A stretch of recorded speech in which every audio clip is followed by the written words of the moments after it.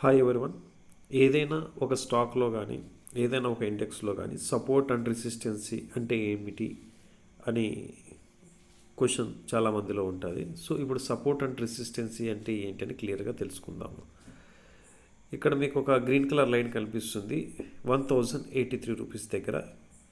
ఇది టాటా మోటార్ యొక్క షేరు. ఇప్పుడు చూడండి, మనం ఇక్కడి నుంచి ఈ యొక్క షేర్ అప్డేట్ కనుక్కుందాం. ఫస్ట్ రెసిస్టెన్సీ అంటే ఏంటని తెలుసుకుందాం. ఇక్కడ చూడండి, 1052 రూపాయలు అంటే 1052 దగ్గర నుంచి ఈ విధంగా ప్రైస్ అప్ సైడ్కి వెళ్ళింది. ఎక్కడ దాకా వెళ్ళిందంటే 1083 వరకు వెళ్ళేసి నెక్స్ట్ ఇక్కడి నుంచి ఇలా డౌన్ సైడ్ వరకు వచ్చింది.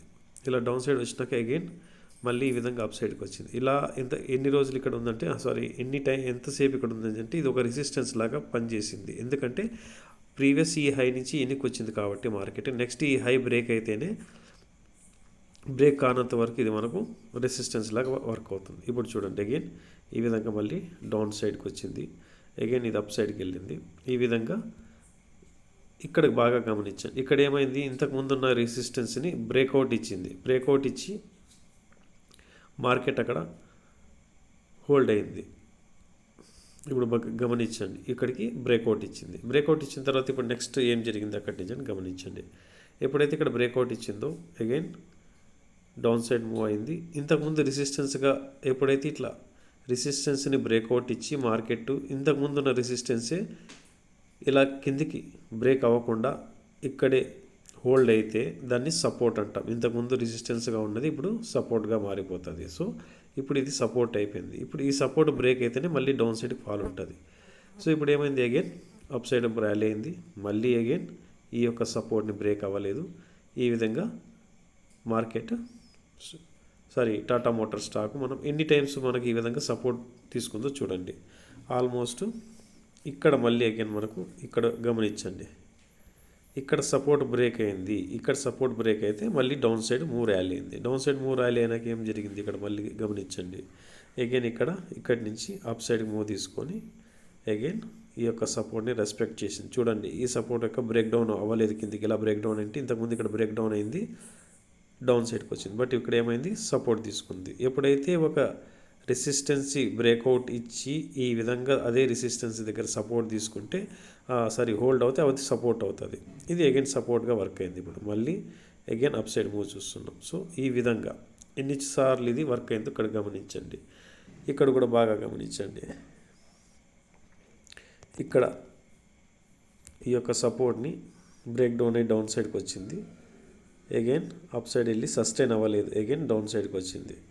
ఈ విధంగా మార్కెట్ మళ్ళీ ఇది రెసిస్టెన్స్, ఇది డౌన్ సైడ్కి వచ్చింది. ఇక్కడ కూడా అప్ సైడ్ బ్రేక్అవుట్ లేదు, అగైన్ డౌన్ సైడ్కి వచ్చింది. ఎప్పుడైతే ఇక్కడ బాగా గమనించండి, ఇక్కడ చూడండి, ఇక్కడ మళ్ళీ బ్రేక్అవుట్ ఇచ్చిందో, ఇక్కడ బ్రేక్అవుట్ ఇచ్చినాక ఎంత మంచి ర్యాలీ జరిగింది గమనించినారా.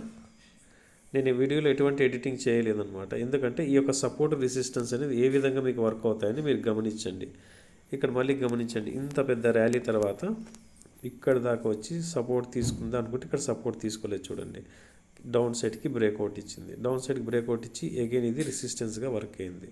రెసిస్టెన్స్ రెస్పెక్ట్ చేసి అగైన్ డౌన్ సైడ్కి వచ్చింది. మళ్ళీ అగైన్ రీటెస్ట్ చేసింది బ్రేక్అవుట్ ఇవ్వాలనేసి, బట్ అవ్వలేక అగైన్ అక్కడి నుంచి ర్యాలీ మళ్ళీ ఎంత పెద్దగా డౌన్ సైడ్కి వద్దో మీరే గమనించండి. ఆ తర్వాత చూడండి, ఇట్లా సపోర్ట్ రెసిస్టెన్స్ కొత్త జోన్స్ ఏర్పడుతుంటాయి. వాటిని ఆధారంగా చేసుకొని మీరు ఎక్కడన్నా కానీ పొజిషన్ తీసుకుంటే, ఈ నాలెడ్జ్ లేకుండా మనం పొజిషన్ తీసుకున్నాం అనుకోండి, మీరు ఎవరో స్టాక్లో ఏదైనా న్యూస్ వచ్చిందనో ఎక్కడన్నా యూట్యూబర్స్ చెప్పారనో మీరు ఎక్కడన్నా బై చేసింటారు. ఎక్కడన్నా బై చేసినాక మీకు తెలియదు ఏంటి సపోర్ట్ బ్రేక్ అయింది.